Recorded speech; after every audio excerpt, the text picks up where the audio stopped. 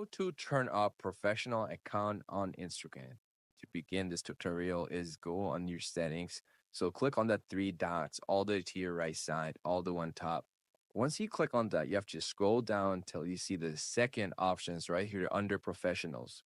Create your tools and control. You click on that. Now from here, what you have to do, you can scroll down all the way till you see there should be a button right here where it said switch account type. You just click on that. Once you click on that, you have two options right here. So me, I'm gonna switch to personal account. Boom, that you just click on switch. And that's how you turned off professional account on Instagram. Now, if I go back to my account, right here, my account is not professional anymore.